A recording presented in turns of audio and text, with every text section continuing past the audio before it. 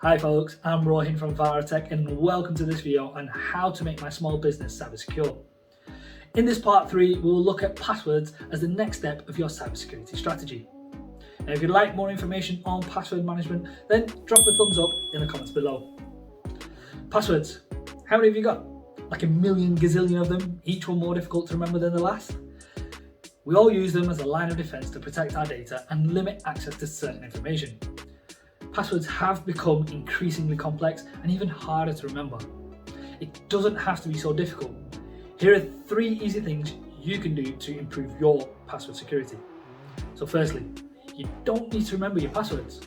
What I mean by this is that you can invest in a secure, intuitive and easy to use password manager to store all of your passwords.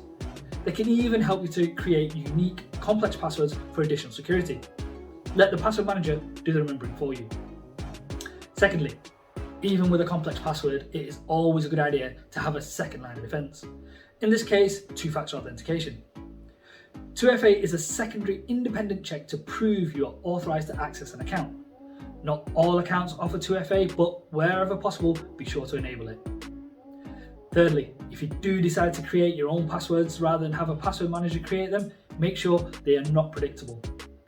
Most people tend to use personal info such as memorable dates, especially birthdays, as their passwords. Don't do this.